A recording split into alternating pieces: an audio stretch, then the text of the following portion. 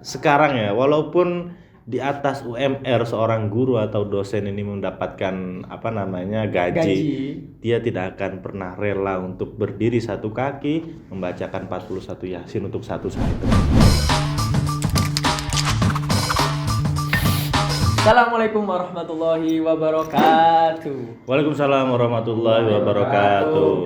Oke, lama tidak berjumpa. Selamat datang kembali di podcast Jagongan Santri Anur 2. Opening. Ya kan openingnya ya. Keren banget. Keren banget. Ya, sudah hadir di sebelah saya.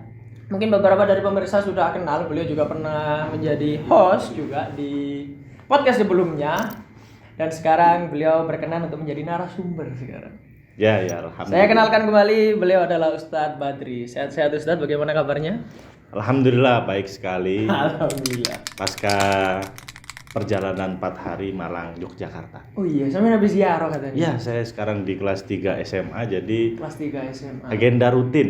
Agenda rutin setiap tahun, setiap akhir ajaran. Setiap akhir ajaran kelas 3 baik Kelas SMA 3. maupun SMP, tapi kelas 3 sampai lebih detailnya SMA atau SMP? Saya di SMA. SMA ya?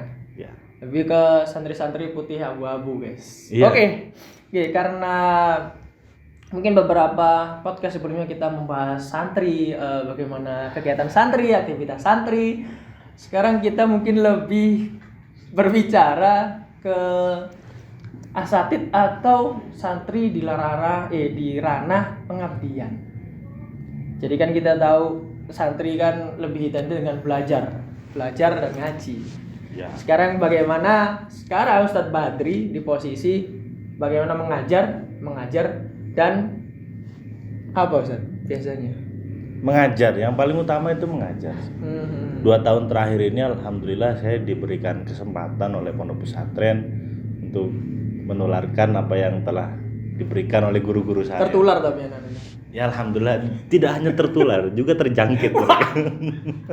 Positif ilmu barokah Iya. maksudnya, ilmu manfaat. Jadi ilmunya, ya. para santri alhamdulillah tidak terpapar corona. Iya, corona. Tapi Alhamdulillah, terpapar santri-santri oleh di sini sehat. ajaran ustadz saya yang dulu diberikan kepada Alhamdulillah, saya. yes. Bisa karena ya lucu juga kadang kan mungkin orang-orang luar taunya ya santri belajar gitu itu, tapi tanpa tahu di balik itu caranya siapa yang memberi mereka wejangan ilmu, wejangan wawasan, bahkan bagaimana dia beretika, berakhlak. Ternyata kan ada guru di balik itu semua. Pasti. Karena di pondok pesantren dengan skala yang besar ini nggak mungkin semua santri ini dihandle secara langsung oleh kiai. Pasti kiai mempunyai para bawahannya yang bertugas untuk bersentuhan langsung dengan para santri. Siap. Ya. Termasuk saya di beberapa bidang pengajaran. Tapi pada dasarnya sebenarnya saya ini tidak sedang mengajarkan mereka, tapi para santri yang sedang mengajarkan saya bagaimana cara melatih kesabaran, karena dari sekian banyak santri ini tidak dari mereka semua ini sama. Iya. Pasti ada yang berbeda, ada yang sifat. berbagai macam karakter. Bahkan ya mereka yang mengajarkan saya apa itu kesabaran. Barat berarti di kesabaran. Hubungan berarti saling mengisi. Iya, saling mengisi. Each other. Oke, ini agak seru sih. Jadi kan dulu kita pernah lah di fase santri ketika bahkan sekarang kita sudah mengajar, berarti kan kita pernah di fase belajar. Iya, benar. Pengalaman menjadi santri. Kadang kan kita kalau melihat guru atau ustadz kita kan sering ada momen-momen tertentu. Kadang wah ustadz ini keren nih loh. Terlalu kasar, keras seperti itu. Wih, ustadz ini sabar amat. Dulu ketika kita memandang ustadz tapi di santri. Kalau sampean mungkin sudah menjadi kepala kamar ya kalau di sini asatid atau bisa dibilang santri dalam masa pengabdian itu, bagaimana kalau melihat anak-anak kadang iya lagi atau sama seperti Ariki koyo anak ini kayak saya dulu ketika lihat ustadz. Iya. Pernah saya. Gimana? Sebenarnya ini cuma mengulang sejarah saja. Mengulang sejarah. Dulu juga ketika saya masih dalam proses belajar bersama teman-teman yang dipandu oleh satu ustadz atau dua ustadz, itu sama yang saya rasakan. Kadang ada beberapa kebijakan Ustadz ini yang pastinya tidak cocok dengan kehendak hati. Kemauan santri. Iya, kemauan santri juga kehendak santri ini sangat berlawanan sekali. Tapi tetap kita diajarkan untuk saling kompak juga, karena bagaimanapun setiap kebijakan yang diberikan oleh Ustadz ini pasti sesuai dengan komando yang diberikan oleh pondok pesantren, dan intinya ya memberikan kemaslahatan bagi para santri seperti itu. Iya. Seperti itu. Seperti ya. Tapi kan pernah mungkin Pak Sampean punya pengalaman tersendiri ketika melihat anak-anak entah saat mereka belajar atau tidur. Aduh, aku kayak melihat area-area guys kayak kembali ke masa lalu. Mungkin konsepnya seperti ini. Jadi kita tetap menuntut anak-anak ini untuk berada di jalurnya, dalam artian tetap melaksanakan peraturan pondok pesantren, entah dalam ranah mengaji atau kegiatan yang lainnya. Tapi kepala kamar atau ustadz itu juga dituntut harus mempunyai kebijakan dan toleransi. Karena mungkin kerap kali atau sering kali setiap perbuatan yang dilakukan oleh santri ini pasti ada dasarnya. Entah dari background keluarganya atau dari background psikologisnya dan lain-lain, dan kita harus bisa membackup itu semua supaya tidak salah dalam penanganannya. Tidak salah dalam penanganan. Mungkin saya akan sedikit menyinggung pelanggaran oleh apa sih ngomong pelanggaran? Enggak apa-apa kan? Enggak apa-apa. Iya, pelanggaran gitu. Karena kan kalau di pesantren kita tahu kan satu, kalau untuk santri ya, merokok kan tidak boleh. Merokok tidak boleh, merokok itu. Rambut panjang tidak boleh. Boleh ngerokok iki. Kemudian rambut panjang tidak boleh kan Ustaz? Boleh. Salah satunya juga ada harus rapi. Harus rapi juga. Iya, harus rapi. Kemudian ada keluar tidak izin atau kata lainnya disebut ucul. Bagaimana sih cara Ustadz menangani santri-santri ketika berhadapan dengan pelanggaran seperti itu? Sebenarnya kalau menangani kita ini cuma kalau di taraf SMA ya. SMA. Di taraf SMA itu sebenarnya kita ini cuma pada dasarnya menyadarkan mereka. Karena pada hakikatnya setiap manusia itu unsur kebaikannya itu lebih tinggi daripada unsur keburukannya. Jadi ketika mereka disadarkan apa tujuan mereka awal masuk pondok pesantren dan lain-lain, mungkin itu bentuk preventif atau bentuk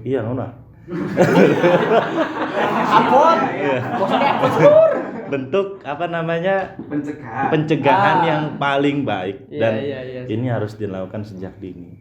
Jadi komunikasi antara murid dan guru ini harus benar-benar selaras dan intens, dalam artian dalam menyampaikan ini loh kebijakan pondok pesantren yang sudah ada dan memang sudah dicetuskan oleh pendiri.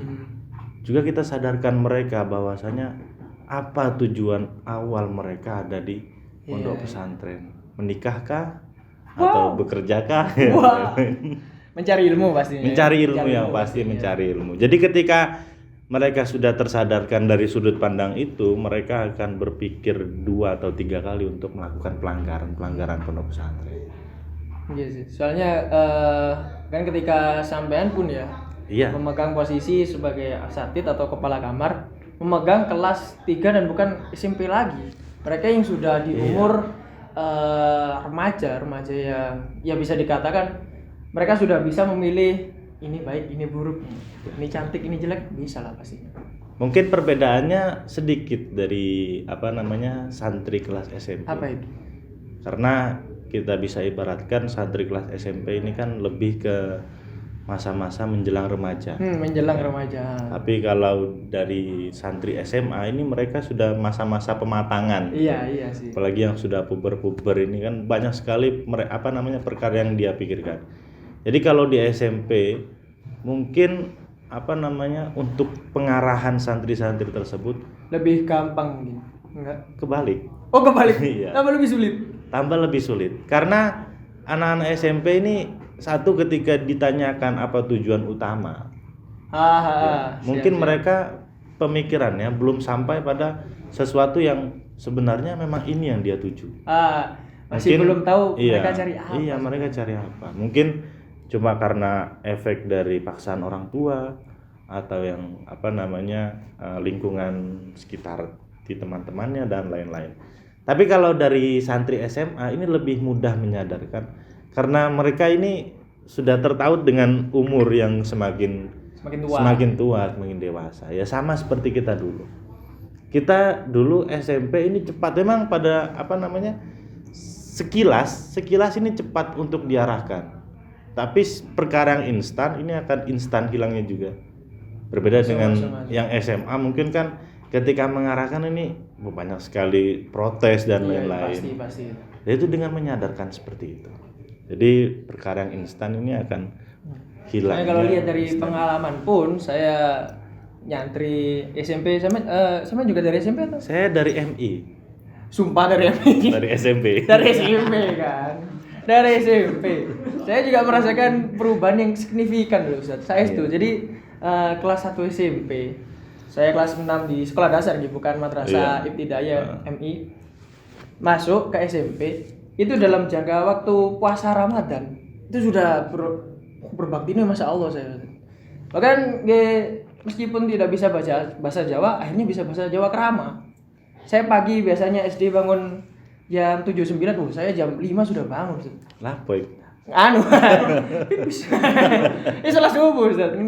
Jadi sampai roan atau bersih-bersih itu tanpa disuruh orang tua itu akhirnya bersih-bersih. Tapi setelah beranjak dewasa kayak kata sampean ternyata memang kadang lebih kita bingung.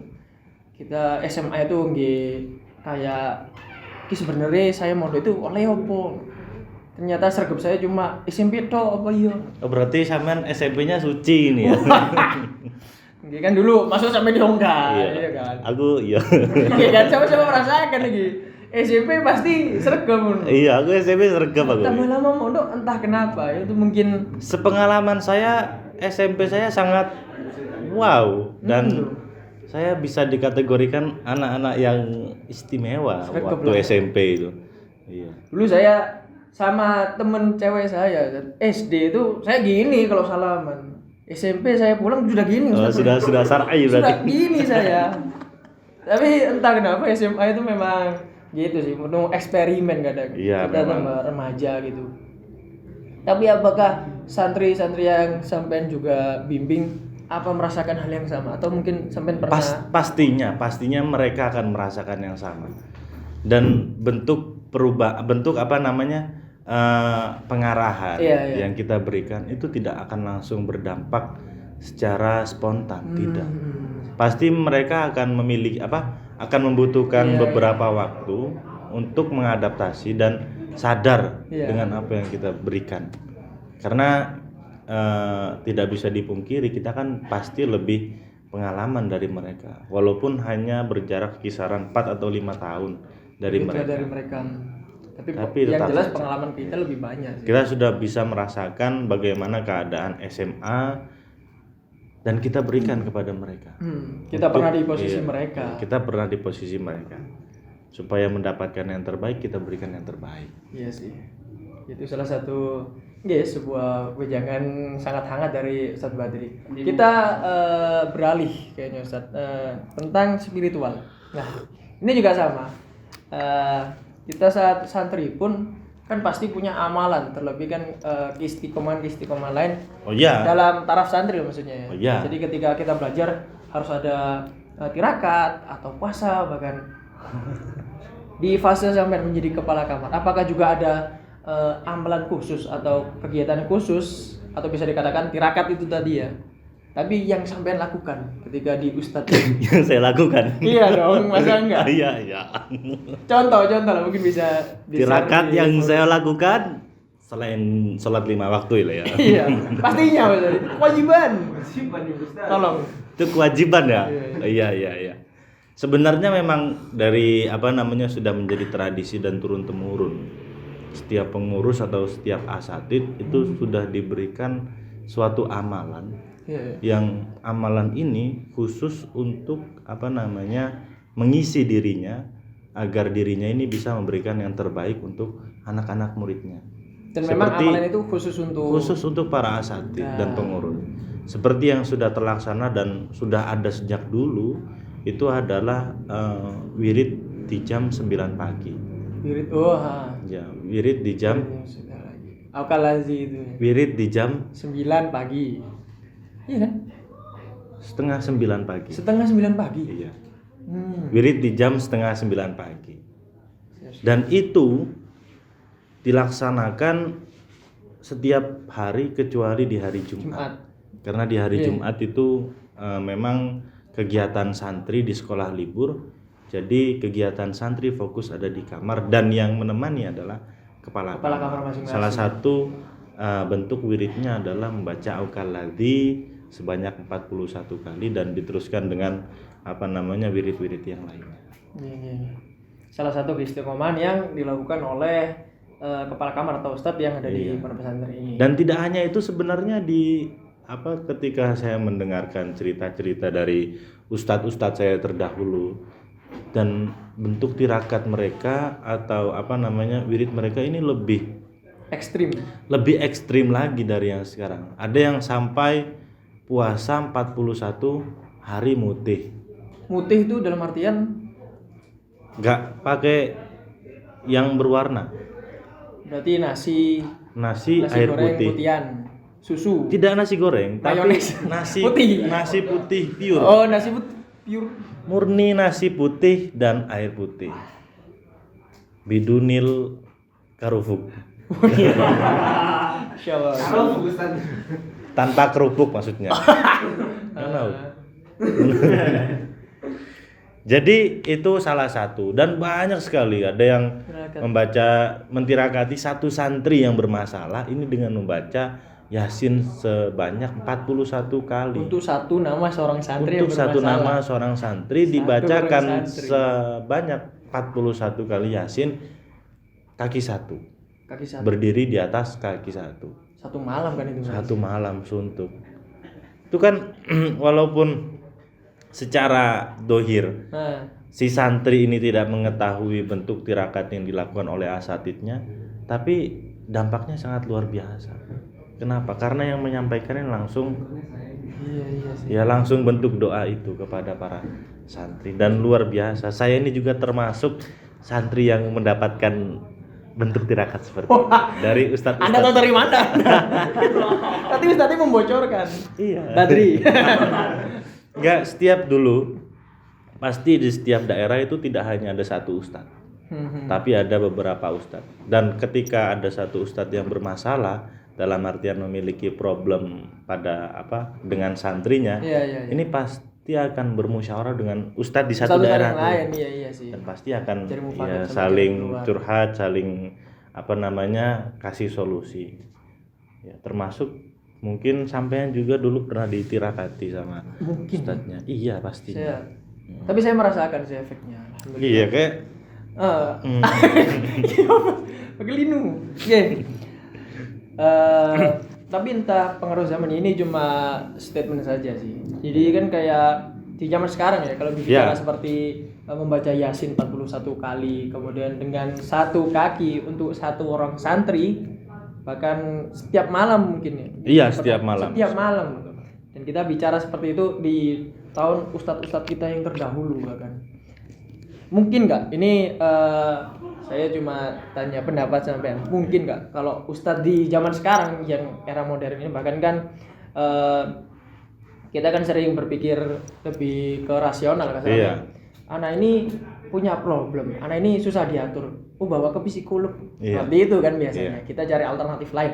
Tapi apakah ada, kalau sampean memastikan, apakah ada asatid, ustadz atau kepala kamar yang masih meyakini bahwa cara-cara dahulu itu lebih manjur atau tetap dilakukan sampai sekarang?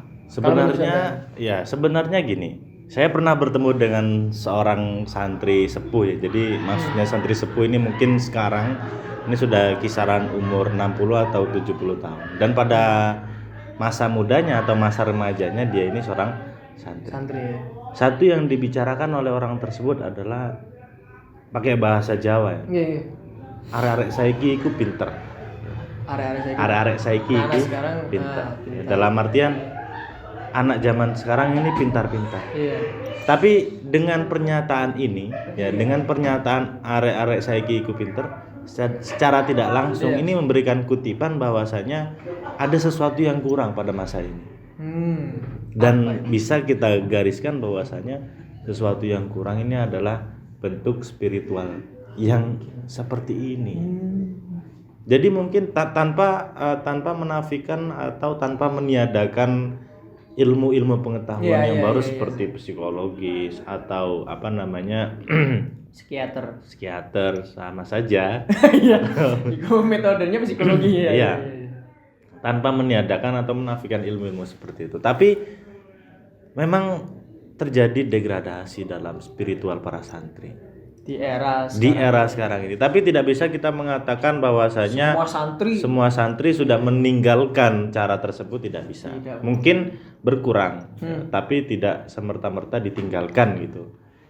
Itu kalau di kaidah fikih lupa saya. Semakin berat gitu.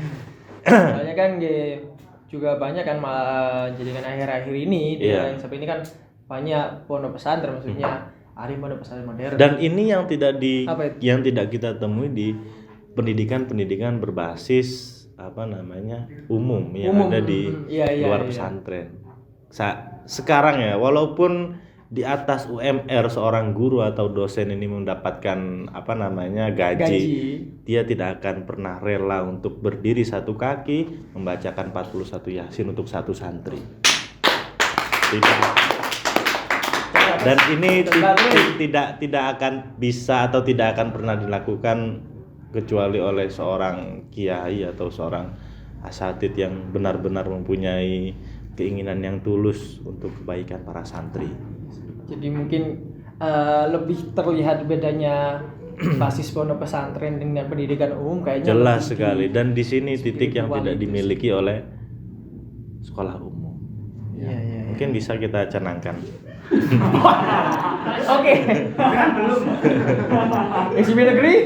Yes, SMP negeri. Dijamin. Siapkan siswa Anda ya. Kita nanya tentang masalah spiritual dan berbagai macam wirid atau istiqomah yang pernah dilakukan bagi masa sekarang maupun di dahulu-dahulu. Iya. Kita bahas lagi karena banyak sekali ya dunia yang baru kita tahu ketika menjadi santri, kemudian masuk ke ustadz, kemudian punya label name ustadz atau asatidz, bahkan kepala kamar, kan pasti banyak dunia baru yang kita sentuh. Salah satunya juga dulu kita hanya bersentuhan dengan kitab, kita bersentuhan dengan cucian, kemudian ngopi. Sekarang kita ditambah bersentuhan dengan wali santri atau dari orang tua santri. Iya. Nah, berbicara tentang wali santri, gimana sampai membangun hubungan atau membangun hubungan berbicara komunikasi membangun komunikasi terhadap dengan wali santri.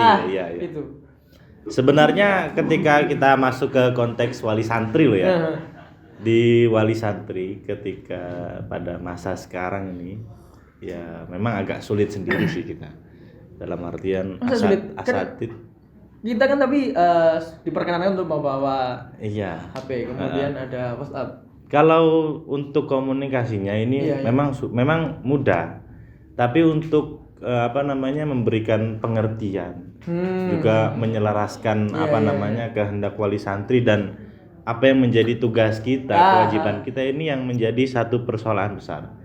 Kenapa? Karena kebanyakan dari wali santri zaman sekarang ini tidak berangkat dari pondok pesantren. Jadi mungkin bisa diprosentase hampir 50%.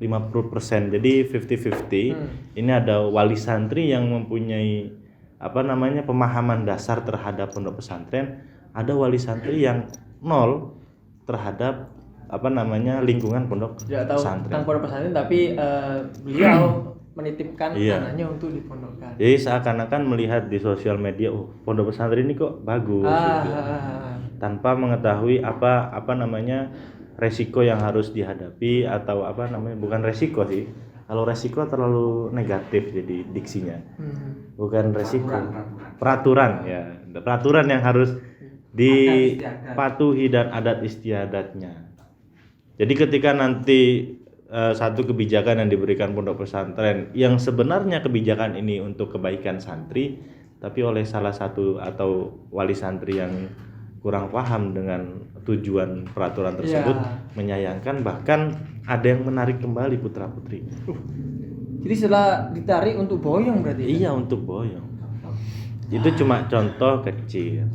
Tapi tidak menutup kemungkinan banyak masih wali santri yang memang tujuan utama memondokkan anaknya ini benar-benar pasrah kepada kiai. Jadi mau diarahkan kemana saja pun anak ini, wali santri tetap pasrah dan mengiyakan, manut aja wis.